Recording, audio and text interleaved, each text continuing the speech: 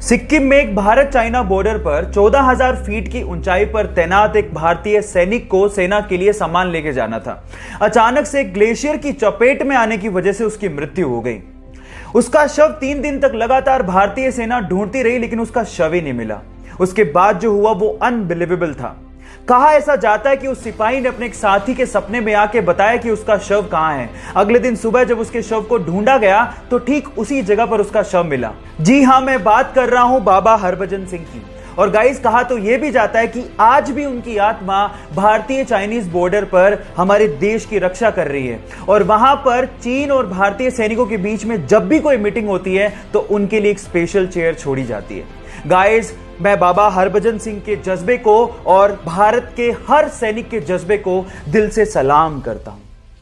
एक बार एक पिता ने अपने बेटे को पुरानी टी शर्ट देते हुए कहा कि जाओ इसे $2 में बेच के आओ। तो उस बेटे ने उसे साफ किया और पास के रेलवे स्टेशन पर जाकर 5 घंटे की मेहनत के बाद उसे $2 में बेच दिया। अगले दिन पिताजी ने कहा, बेटा ये लो एक और टी शर्ट, अब इसे $20 में बेच के आओ।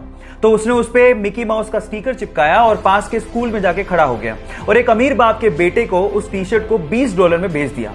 अगले दिन पिताजी ने कहा, बेटा ये लो एक और टी शर्ट, अब इसे $200 में बेच के आओ। उस बच्चे ने कुछ नहीं कहा। अगले दिन शहर गया और वहां पर एक सेलिब्रिटी आई हुई थी। उसने घेरा तोड़ा और सेलिब्रिटी को कहा कि इस टी शर्ट पे ऑटोग्राफ दे दीजिए। उस सेलिब्रिटी ने बच्चे को देखकर ऑटोग्राफ दे दिया और वो बच्चा वहीं बाहर खड़ा होकर उस टी शर्ट को नीलाम करने लगा और उसी टी शर्ट को उसने $2,000 में बेचा।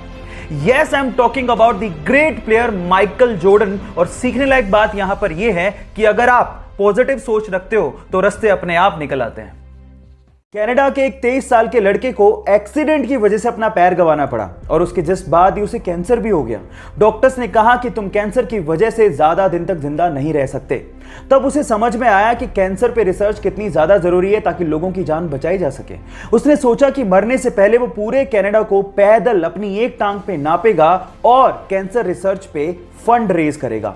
उसने 12 अप्रैल 1990 को पैदल चलना शुरू किया और लगभग 143 दिनों में 5,373 किलोमीटर नाप डाले। कुछ ही मील बाकी थे, लेकिन उससे पहले ही उसकी मृत्यु हो गई। उस 23 साल के लड़के ने पूरे कनाडा के लोगों का दिल जीत लिया। आज भले ही वो जिंदा ना हो, लेकिन कनाडा के लोगों के दिलों में वो आज भी जिंदा है। उसका नाम है टेरी फोक्स और उसके जज्बे को मैं दिल से सलाम करता हूं।